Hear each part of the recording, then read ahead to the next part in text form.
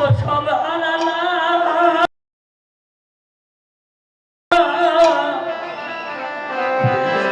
জগতে তুমি সারা বান্ধবা আমার কে ভাই আছে? জগতে যারা ছিল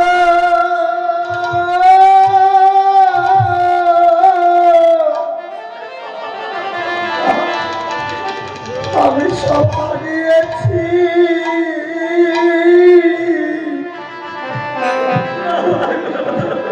এখন তুমি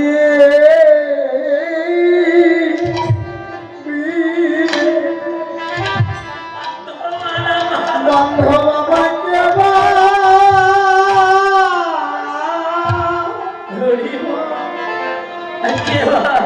আমার দেবা আছে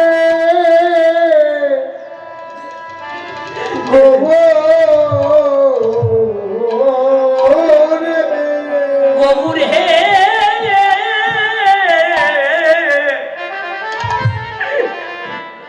শুনেছি তুমি পতিতের তুমি নাকি পতিতের বন্ধু প্রভু। এই জগতে তুমি সারা বান্ধবা আর আমার জীবনের কে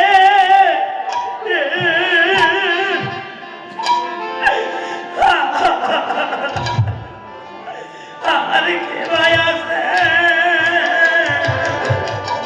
শুনেছি পতিতের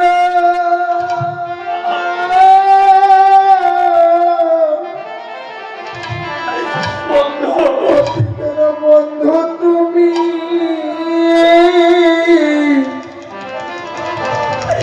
জগতে এখন তুমি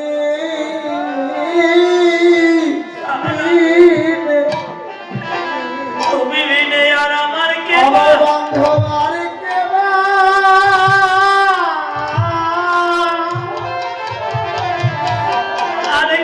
এখন আমার কে আছে?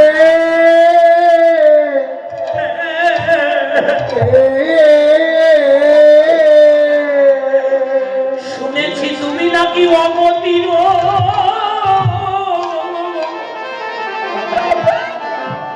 অগতির গতি করো।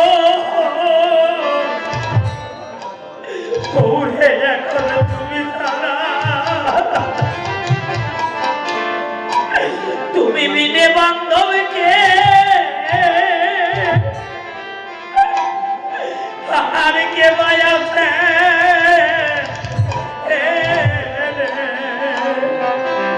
শুনেছি পথিকের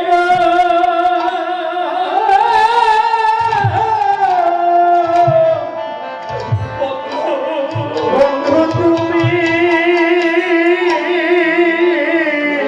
গৌরে জগতে এখন তুমি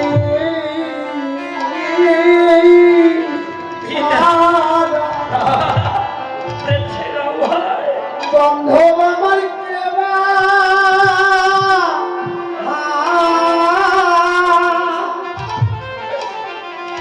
আরে কে ভাই আমার কেবা আছে?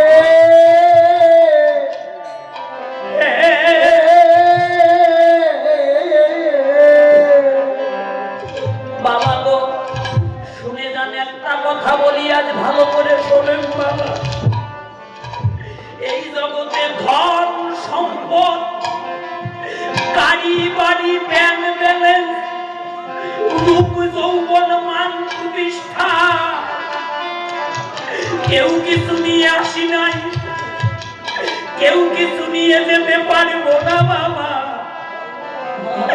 ভালো করে শোনেন বাবা, কোটি কোটি কোটি কোটি ধন সম্পদ টাকা পয়সা যদি থাকলে যদি ভগবান লাভ করা যেত না, এই জগতে অনেক কোটিপতি আছে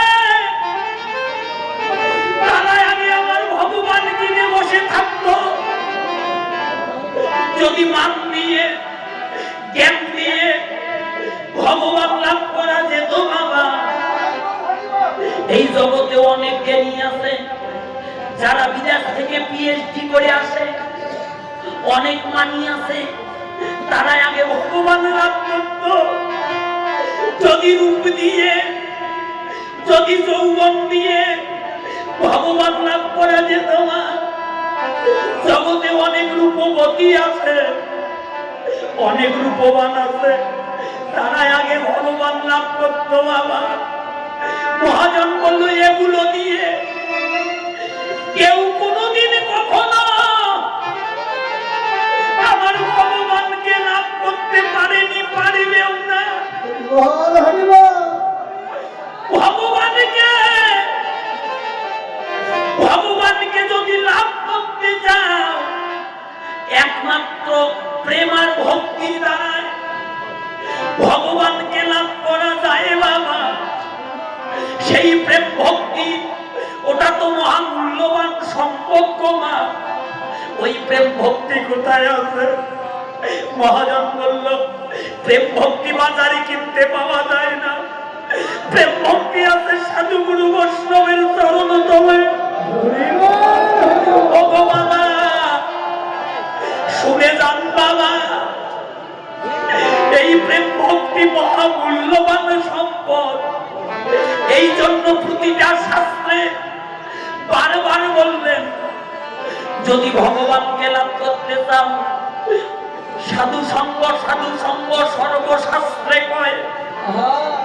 লবে মাত্র সাধু সঙ্গ জীবী কৃষ্ণ প্রাপ্তি হয়। এই সাধু সঙ্গ ছাড়া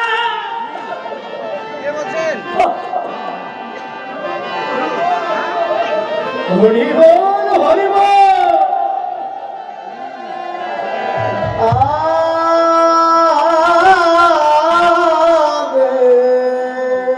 এই সাধু সঙ্গ ছাড়া, ভক্ত সঙ্গ ছাড়া ভগবানকে লাভ করিবার আর কোন পথ নাই, আর কোন বস্তু নাই বাবা। তাহলে প্রশ্ন জাগতে পারে, কি আছে এই সাধু সঙ্গে মা? ভালো করে শুনে যান, এই সাধু সঙ্গে এমন মহামূল্যবান তিনটি বস্তু আছে,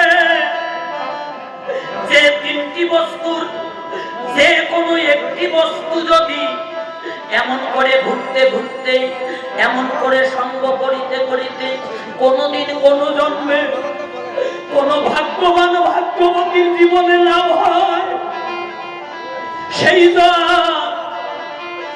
জন অনায়াসে ভগবত ধামে যেতে পারবে। সেই বস্তু তিনটি কি জানেন বাবা?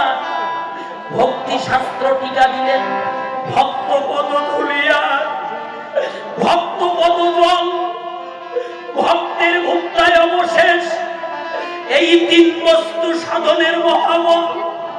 প্রথমটা কি? প্রথমটা হলো বৈষ্ণব পদ ধুলি বাবা।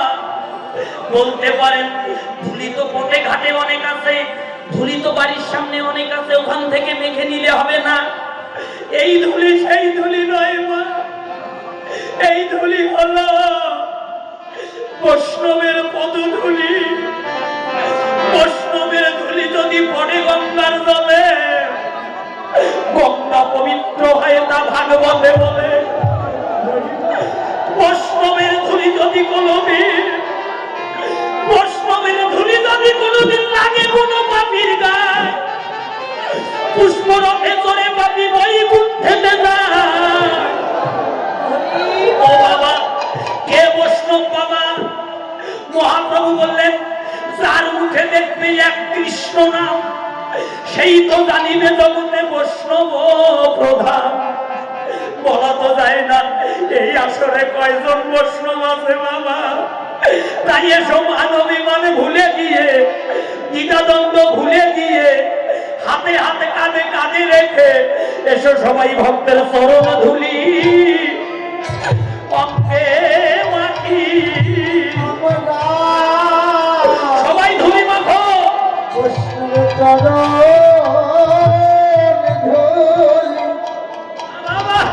অঙ্কে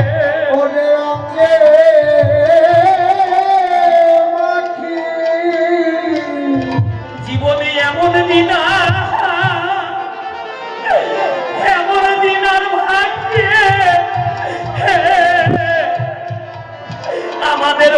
কিনা বৈষ্ণবে চরণ ধুলি অঙ্গে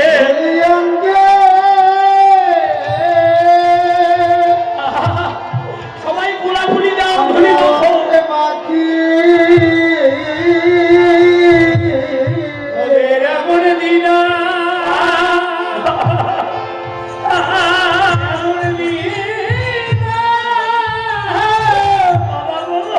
আমাদের হবে কিনা ওরে হবে কিনা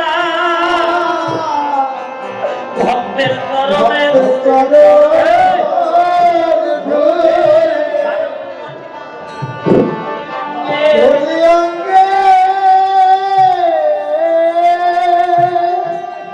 ধুলি অঙ্গে মাখো অঙ্গে মাখো আজি বড় ভাগ্য গুণে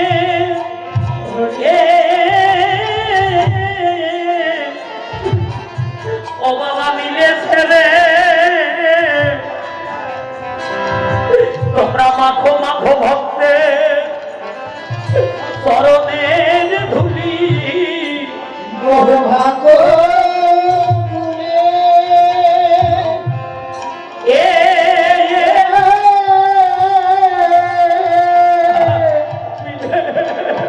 মনে আজ মিলেছে রে তোমরা মাখো তোমরা মাখো মাখো সবে চরণে বৈষ্ণবে চরণে বৈষ্ণবের চরণে ধুলি বাবা কারো তো ভাগ্যের কথা এই কথা যায় না বলা কারো কারো কারো ভাগ্যের কথা এই কথা যায় না এ কথা যায় না বলা এই যে কারণে কুন্তি ডুবে যাবে জীবনের বেলা কারো তো ভাগ্যের কথা যায় না বলা কার যে কুঞ্জিয়ে ডুবে যাবে ডুবে যাবে দের বেলা কারো ভাগ্যের কথা ও কথা যায় না বলা মোদের এমন বিনা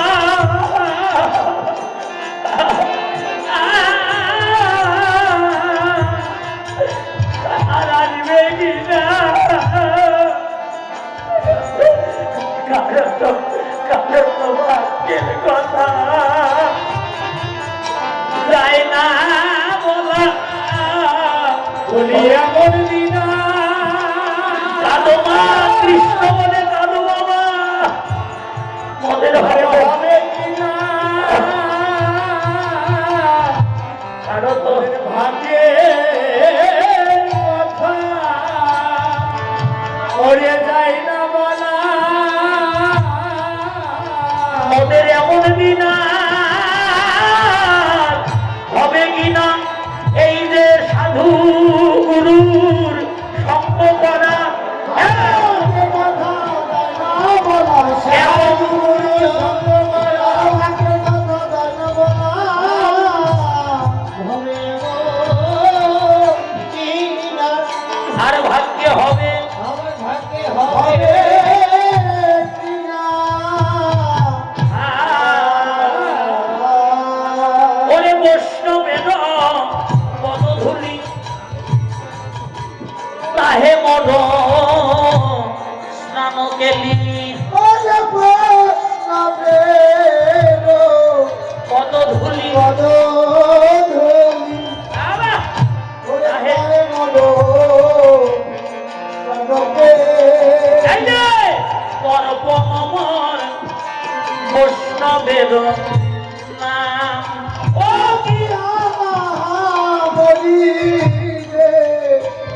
আপন করে গো বৈষ্ণবের নাম।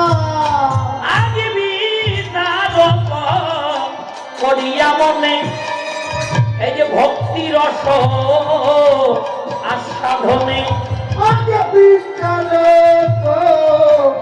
দিয়া মনে বাবা ভক্তি ভক্তিরস আস্বাদন এই যে মধ্যস্থ শ্রী ভাগবত পুরা ও কিয়া মধ্যস্থ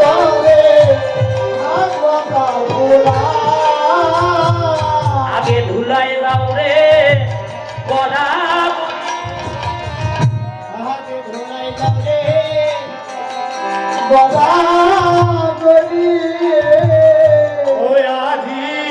আগে ধুলাই দাও রে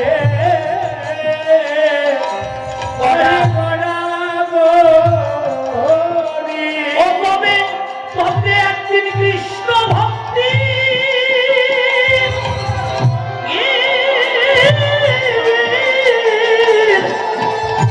বাইরে উদয় হবে আগে ভক্তের চরণ ধুলাই দাও রে বড়া ওরে কোনা বলি রে ওরে কৃষ্ণ ভক্তি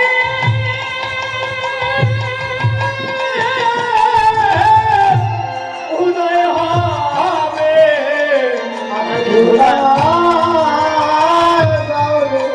বড়া গড়ি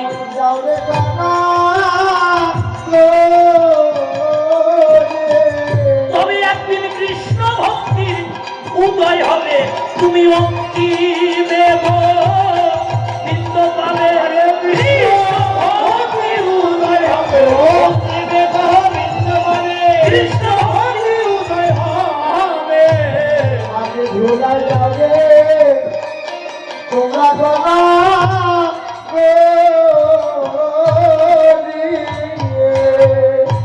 বাবা নিত্য সিদ্ধ নিত্য সিদ্ধ কৃষ্ণ প্রেম সাধ্য কবু নয় শ্রবণাদি মহাচিত্তে পরয়ে উদয় এই যে শুনে যান কথাটা খুব মূল্যবান কাজে লাগবে বাবা নিত্য সিদ্ধ কৃষ্ণ প্রেম সাধ্য কবু নয় শ্রবণাদি মহাচিত্তে পরয়ে উদয় হরি কথা কৃষ্ণ কথা ভাগবত কথা শ্রবণ করো কার কাছে শোনেন কথাটা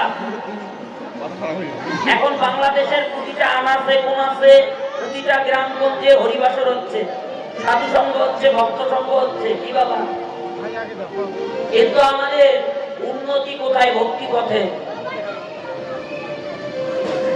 উন্নতি নাই কেন দাদা সাউন্ডটা কমে গেল কেন আমাদের সময় নেই উন্নতি নাই কেন মহাজন বললেন হরি কথা কৃষ্ণ কথা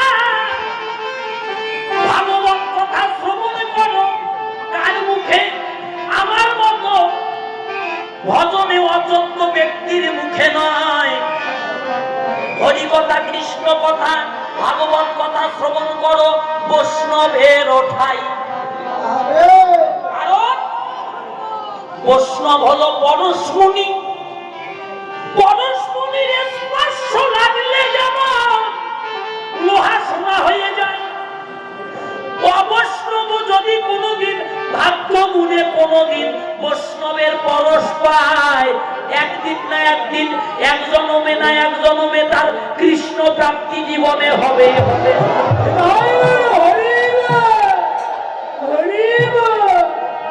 বাবা গো এই যে আমি একটা কথা বলি ভালো করে শুনেন সাধু সঙ্গ করবেন ভক্ত সঙ্গ করবেন হ্যাঁ এখানে একটু পার্থক্য আছে অনেকে আবার গৌরীয় বৈষ্ণবরা সেখানে সেখানে শ্রবণ করে না কীর্তন শুনতে বসে না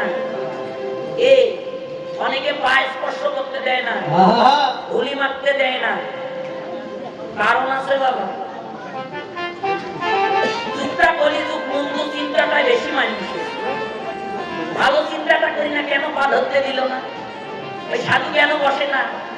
হ্যাঁ, অবৈষ্ণবের মুখে হরিকথা শুনলে কি হয় জানেন? ভক্তি শাস্ত্র টিকা দিল, একটা বিষধর সর্প যদি এক বাটি দুগ্ধে দুগ্ধ পান করে ওই বাটি দুগ্ধতে বিষ ছেড়ে চলে যায়, ওই বিষযুক্ত দুগ্ধ যে পান করবে তারই বিষক্রিয়া হবে। অবৈষ্ণবের মুখে হরিকথা শুনলে কোটি জন্মের স্বীকৃতি থাকলেও সেই স্বীকৃতি বিনষ্ট হয়ে যাবে। বাবা, এটা আমার মুখের কথা। অনেক কষ্ট করে যজ্ঞ করছেন, টাকা খরচ করছেন, 50,000 20,000 টাকা দিয়ে 40,000 টাকা দিয়ে এক একটা দল নিয়ে আসছেন, টাকা এখান থেকে হরিবাসন থেকে নিয়ে যায় বাড়িতে।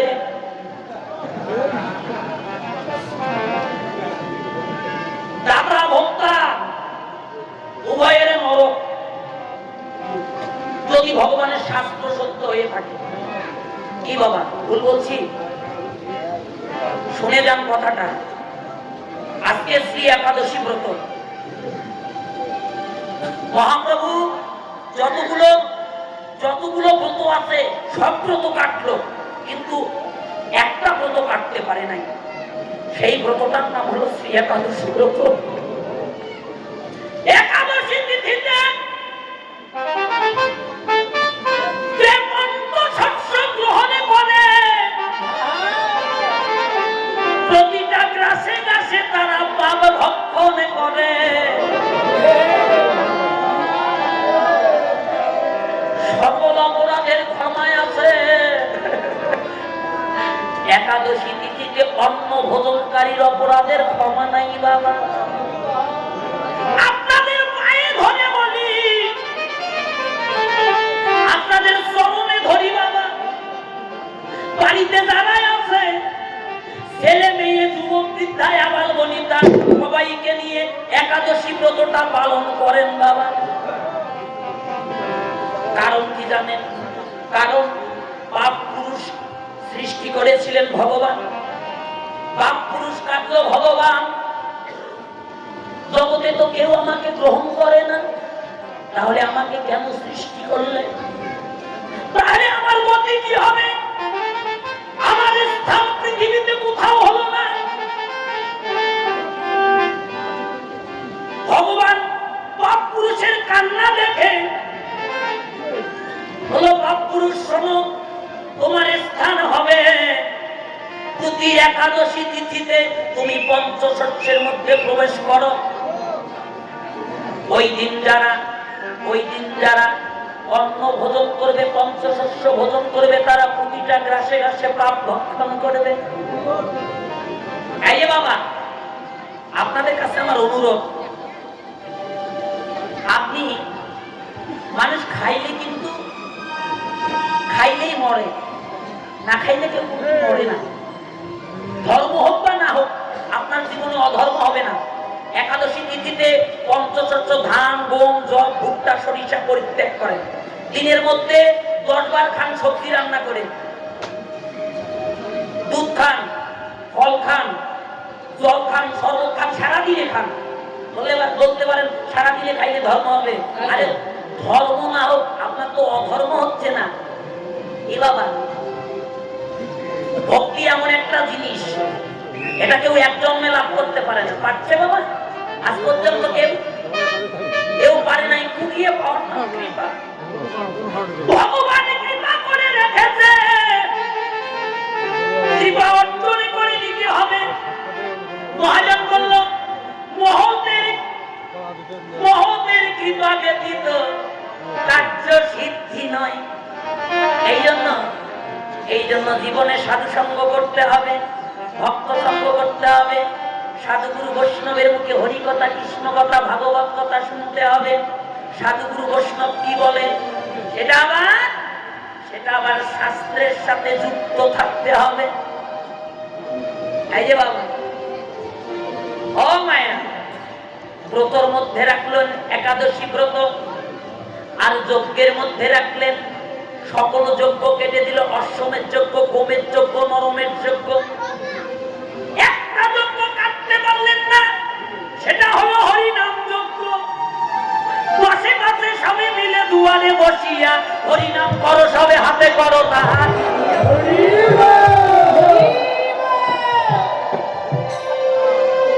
হরের নাম, হরের নাম, হরের নামইব কেবলম, কলৌ নাস্তব্য নাস্তব্য নাস্তব্য নাস্তব্য গতির অন্যথা।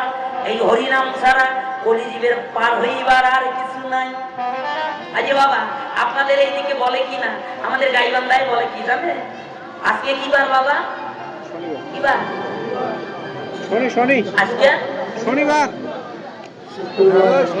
শনিবার শনিবার শনিবার। শনিবার শনিবার আজকে শনিবার শনিবার, হ্যাঁ রবিবার। শনি শনি এই, মনে নাই শনি শনি এবার শনিবার। শনি ও, বাহ। শোনেন শোনেন শোনেন, হ্যাঁ মায়েরা, আজকে বার অনুযায়ী, বাংলা বার অনুযায়ী আজকে শনিবার। আর বৈষ্ণব কবিগণ একটা নাম দিয়েছে কি, আজকে তিথিটা হলো হরিবাসক তিথি। এই হরিবাসক তিথি, এই যে বাবা কথাটা ভালো করে শোনেন, আজকে যেহেতু একাদশী মাত্র, কথাটা শোনেন না। একাদশী কেন করবেন, কি আছে এই একাদশীতে? একাদশী করলে কি হয় আর না করলে কি হয়? কি বাবা ভালো করে শোনেন। যুগ কয়টা? চারটা। সত্যতা দাপর বলি, শুনে যান ভালো করে বলি। একাদশী তিথিতে মা নন্দরানী, অতিরামের নামা থাক, অমা থাক না, থাক মা থাক না, ভগবানের চরণে দেন মা। ওই যে ছোট্ট একটা পাতিলে করে অন্ন রন্ধন করছে, ভগবান তো সবই জানে, খেলছে বাবা আঙ্গিনায়। আমার দিয়ে দিয়ে মায়ের পিছনে এসে দাঁড়িয়েছে রান্নাঘরে, রন্ধনশালায়। উকি বের হচ্ছে, মা প্রতিদিন বড় পাতিলে রান্না করো, আজকে কেন ওই ছোট্ট পাতিলে অন্ন রান্না করো? বলছে গোপাল আজকে একাদশী তিথি, আমরা সবাই একাদশী আছি, তুমি তো ছোট মানুষ, তো তুমি তো একাদশী করতে পারবে না, তাই তোমার জন্য একটু অন্ন রান্না করতেছি। বলছে মা তোমরা কেন অন্ন খাবে না? বলছে বাবা একাদশী তিথিতে অন্নের মধ্যে পাপ পুরুষ প্রবেশ করে, ওই দিন যারা অন্ন ভোজন করে তারা প্রতিটা গ্রাসে গ্রাসে পাপ ভক্ষণ করে। গোপাল বলছে মা মা তুমি মা হয়ে আমাকে পাপ দেবে আজ খেতে? মা গো তোমরা যদি অন্ন না খাও ওই পাপ আজকে আমি গ্রহণ করতে পারবো না। মা বললো মহাবিপাকে ঘরের পিছনে গিয়ে ফেলে দিতে লাগলো। বসুমতী উঠে দাঁড়িয়েছে, মা ও মা পৃথিবীর এমন কোন পাপ নাই যে কর্মটা আমার উপরে হয় না, পৃথিবীর সকল পাপীকে আমি ধারণ করি,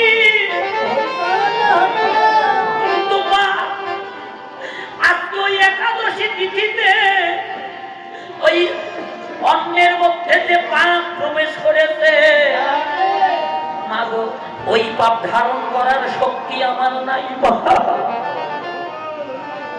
ওই পাপ তুই আমায় দিস না মা।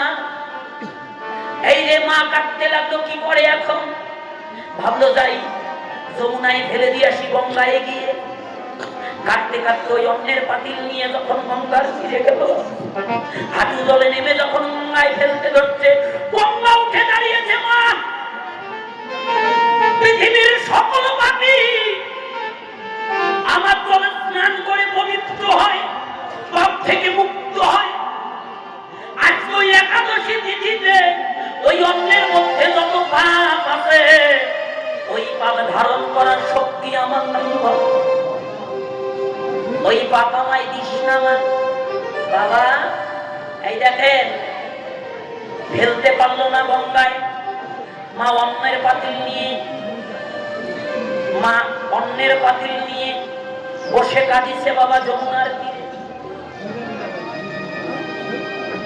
মকর মাছ উঠে আসলো মা। মকর মাছ চেনেন না? সামনটা হাতির মতো, সুর আছে, পিছনটা লেজ মাছের লেজের মতো। ও মা,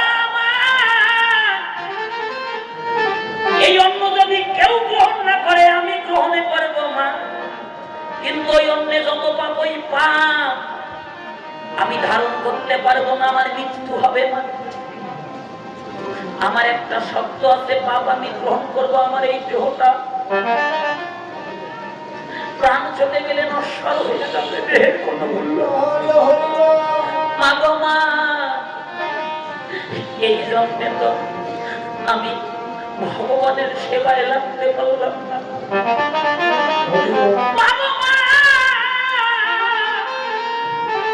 ওই বড় রূপে যে লীলা করার জন্য এসেছে ভগবান তোর ঘরে, ও মা,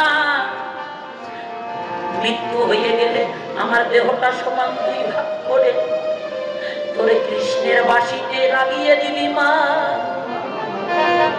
ও মা গো,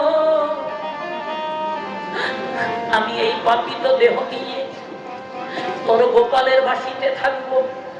তোর গোপাল যেদিন একাদশী ব্রত করবে, ওই একাদশীর পুণ্যের ফলে সেদিন আমার আত্মার উদ্ধার হবে মা।